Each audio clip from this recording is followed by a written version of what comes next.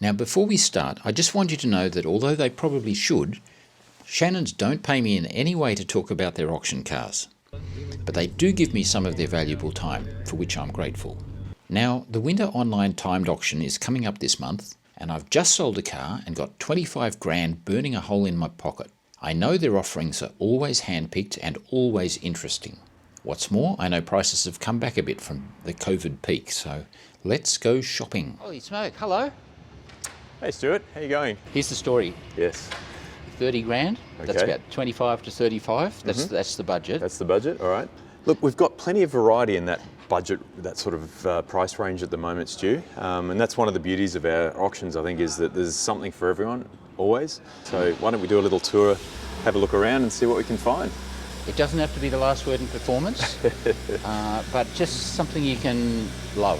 Something that'll float your boat. All right, well, let's start. That's a no, that's like 170 grand. Yeah, I think we can probably can out most of what's on this side of the room. Okay. However, if we look over the back there, we've actually got a little Otas, which is quite an unusual little Italian car that's based on a Fiat. Yeah. That's actually in your price range. You've got to kind of adapt to the car to sort of fit in it and that type of thing, but good value for money. I mean, that car's had a full restoration. What I want is something comfortable. I'm kind of, as I'm getting old, as you know, yes. Had a birthday yesterday. We both are. I like... time for something a little bit more relaxing. Whispering.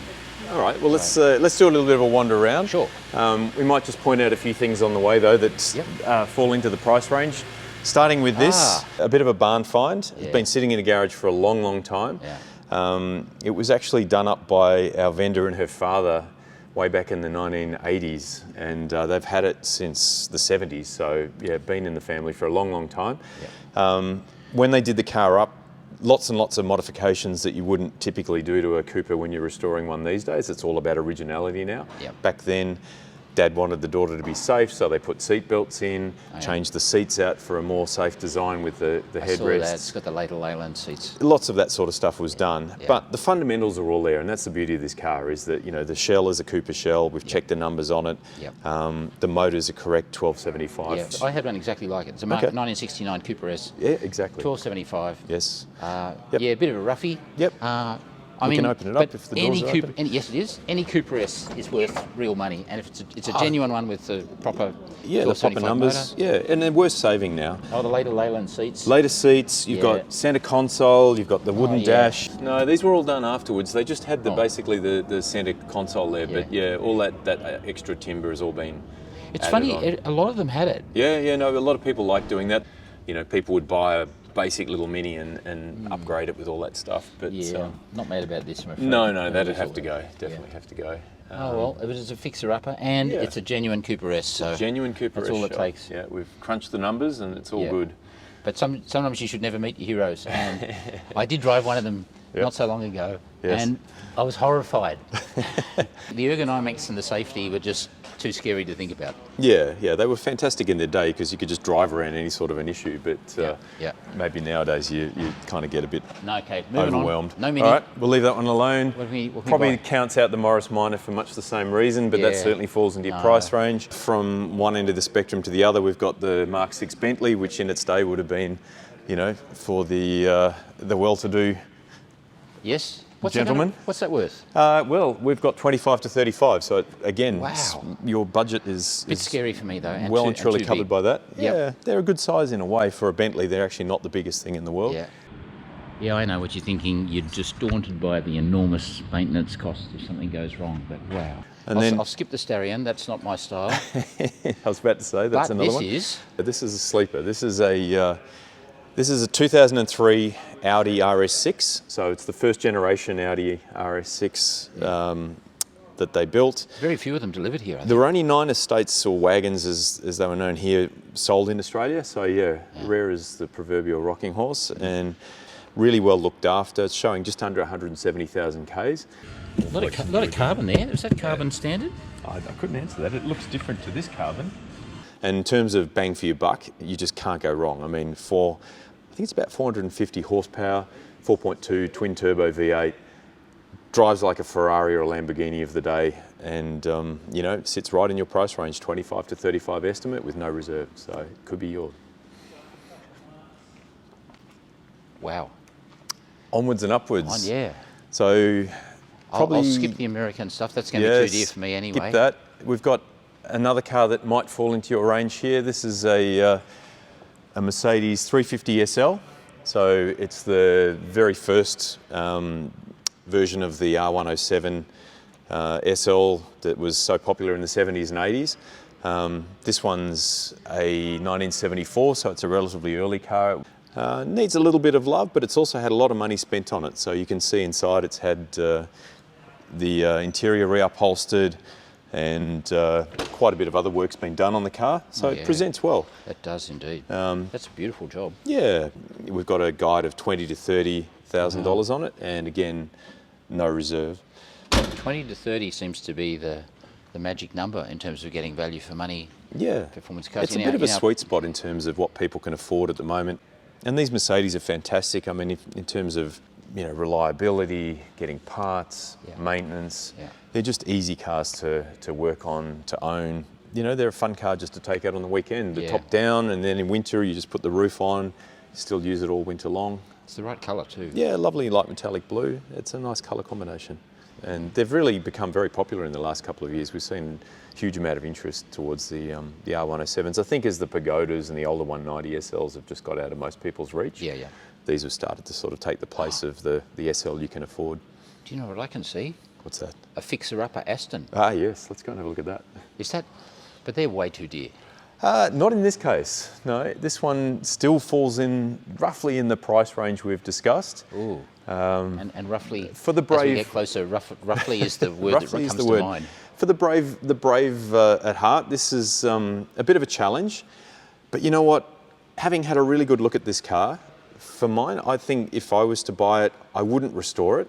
I think economically it's not viable as a restoration. The car itself, we've had it up on the hoist. It appears to be pretty sound structurally, surprisingly so, but it hasn't spent a lot of time in England. It's actually, weirdly enough, an ex-Japanese car, and more recently it's been in a huge collection of cars in the Middle East, most of which were like this, waiting for restoration that never happened. Only recently come to Australia. If it was my car, I'd take that front spoiler off, I'd tidy up the interior a little bit, spend a little bit of time and money getting the car running right. It's got a Holly on it at the moment. You put Webers on it rather than going back to fuel injection, which is a nightmare.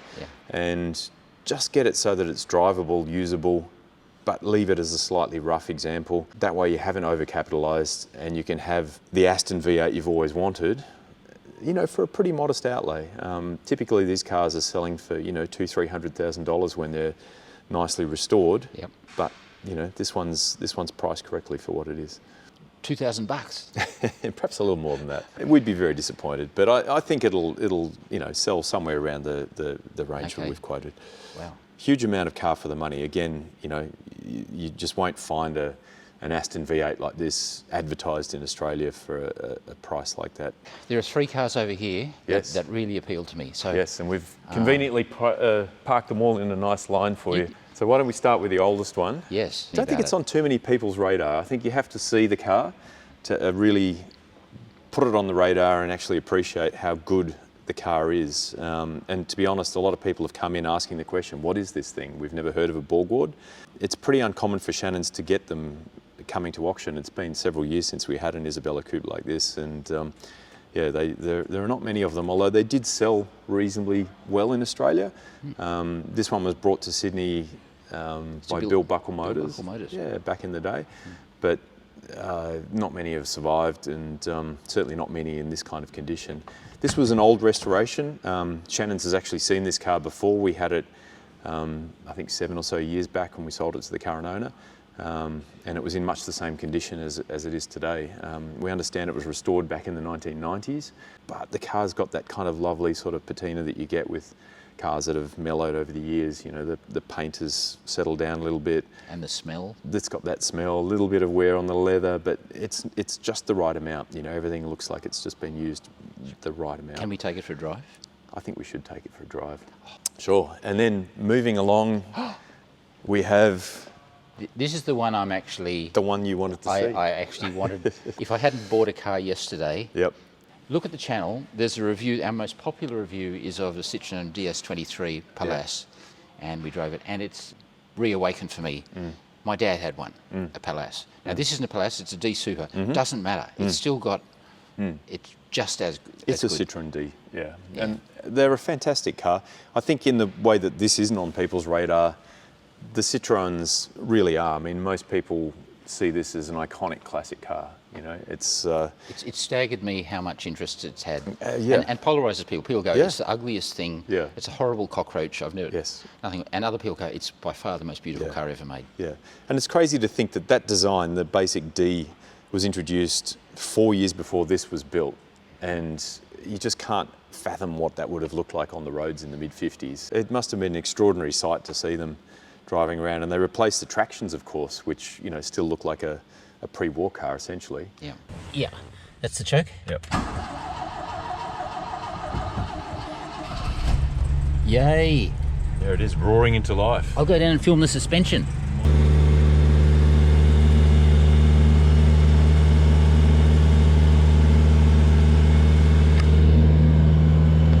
We could go higher if we were really keen. Yeah, okay.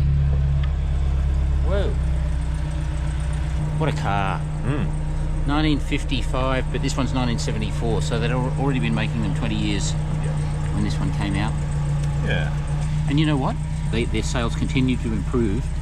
Name another car where they've released it and 20 years later the sales were still increasing. Still growing, yeah. Be a fantastic candidate to electrify, as we said. If you get all the benefits of that amazing ride and suspension, but with a totally silent motor, would be just wonderful. Yeah. You heathen, Stuart, for even suggesting it. Yeah, flame me now. I know, but this car, if I buy this car, there won't be it. It'll be stock exactly as it is now. As it is. Yeah. I want to get in the back with you. I mean, don't read that the wrong way. I just want to experience the back seat with you. Oh yes. How's that for company? Mate, have you ever experienced an armchair at home that's as good as that? No, that is very, very comfortable. In reality, the DS23s, we'd all love the fuel-injected 5-speed, ticks every box kind of car. Very hard to find, very expensive if you can find one. This offers, pretty much the same driving experience. Most of the creature comforts, swiveling headlights, all the bits and pieces that make a Citroen. But they're just not going for the same sort of money. Yeah. So we've got an estimate of 25 to 35 on this car. That's very realistic. That's a bargain. And it's a huge amount of car for the money. And look, the best thing about this car is that it's Citroen. So, lemon, it's the right colour. The Citroen. Perfect, yeah. That's the only downfall of these cars, is that they are complex. It's one of those things you've just got to stay on top of it. Yeah. It's like any car really, but and know a guy. You've got to know a guy. Yeah. These are the displacers. These things here. But there's an awful lot of green LHM fluid, liquid hydraulic mineral, under the car, which is not where it's meant to be. It's meant to be retained as part of the car, not on the floor. So that's one. That's two. Yeah. And there's another surprise packet. My Indeed. mum's old car. Exactly. We've gone from Germany, we've gone through France. Yes. And we've crossed the Channel. Yes. And here we are in good old England. Wow. Everyone's got a story about a Rover like this. Yeah. I hit a kangaroo in one. There you 2 go. o'clock in the morning. Yep. It wasn't a 3500, it was a Rover 2000. He just glanced off the A-pillar. Okay. So it didn't even break the screen, but honestly, it was the biggest big red roo you've ever seen. The good thing about the Rovers, of course, is if you damage the guard, you just literally unbolt it, take it off, go to the wreckers, get another one, bolt it on, and away you go. Like the guards on that. Very like that. It's uncanny how many parallels there were with the two designs, even though they couldn't be more different in a lot of ways. You want to take the panel off this? Yep. They even give you the spanner in the boot. You just take that bolt off. It's on the whole thing outside, comes- makes it easier. Yeah. But you mentioned your mother had one of these. Yeah. I've had 3 of them. Have you? I've actually got one in the garage at the moment, waiting to be restored. And yeah, I had all the panels off one of my cars, in about half an hour at one stage, doing some work on it. So yeah, it's fantastic the way it's set up. The 2000 was a bit of a slug. I gather the V8 goes actually a lot better. It does. It's no rocket ship. I think if you wanted to get the best out of the car, you'd go for the S, which obviously everyone says is the car to have. But to be honest, for me, I think it suits the automatic transmission really well. And if you get an early one like this, the early V8s have a lot more power, pre-emissions. Okay. It is absolutely unbelievably nice, this car. It's the best I've ever seen. Unfortunately, with cars like this, you know, because of the value, they're just not worth restoring. But somebody has. But someone has in this case, and more power to the owner for doing it, because it's saved this car and it's turned it into a real, you know, shining light of what these Rovers should be about. The V8 just gives it that little bit of a hot rod sort of feel. 3-speed auto? 3-speed auto, Borg-Warner box, inboard discs at the rear, discs all round, the Dion rear end, so, you know, very, very comfortable to drive. Just a classy car, and I think Rover really took themselves from being a very staid company. They started to evolve with the P5s and they put the V8s in those, obviously, and for a lot of people that's the pinnacle of Rover history, but for me the P6 was just light years ahead in so many ways, and anyone who's had any experience with the later SD1s knows that they sort of went backwards in a lot of ways. British Leyland kind of took away from the company.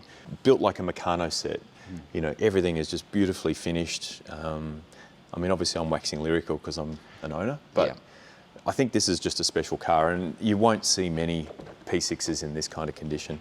I mean, look at that. Oh, the smell too. It smells exactly like a Rover should. Every car has a unique smell, and this... They do. We've mentioned that before. Yeah. Cars have a smell. They do, and this is spot on for a Rover P6. How much do you think this will go for? Seriously? Look, I mean... no reserve again, and you don't know. We don't know. It's not going to come anywhere close to what the owner's invested in the car. Look, I'd like to think it's going to sell somewhere in the 20 to 30 range, Stu. Wow. That would be right at the upper end of what people would pay for one of these. Did it cost you 80 to 100 to get it to this condition? It would cost you a fortune, yeah. Wow. And it drives just as well as it looked. This is one of the stars of the auction, Stu. And again, it'll be years before we see another P6 in this condition. Cars are transport, they're utilitarian, or they're real cars. This is a real car. This is a real car. Oh my God. Look, even the battery box has got the liquor stuff on it. Yep. Wow. Well, that's it. That's our little... Sure. I mean, there's heaps more, and even more in this price range. A lot of those Mercs over there are in the range. But that's it for today. So thank you so much, Damien, for showing us. Yeah, my pleasure as always. Here are the dates for the auction. Bidding opens on the 15th, runs for a full 7 days, closes on the Tuesday the 22nd. All these cars are listed. We've got mechanical reports, we've got photographs. Cars are photoed from underneath as well as all interior and other details. And there's a little bit of a history about each car online as well, Stu. And you can trust the condition reports as well, so make sure you do look at them, because some cars are not great, but they tell you. They tell you everything about it. And other cars are great. If you see a car that's got 5 stars and you want it, just buy it, because it'll be great. All right. Do you want to... Yeah, Borgwood. Take the Borgwood out. Let's go for a run in that. Huzzah! So now you've seen what's on offer, leave a comment. What do you reckon should find a new home in your or my garage? And while you're at it, check out some of the other videos, because Damien took me for some test drives in a few of these. See you next time.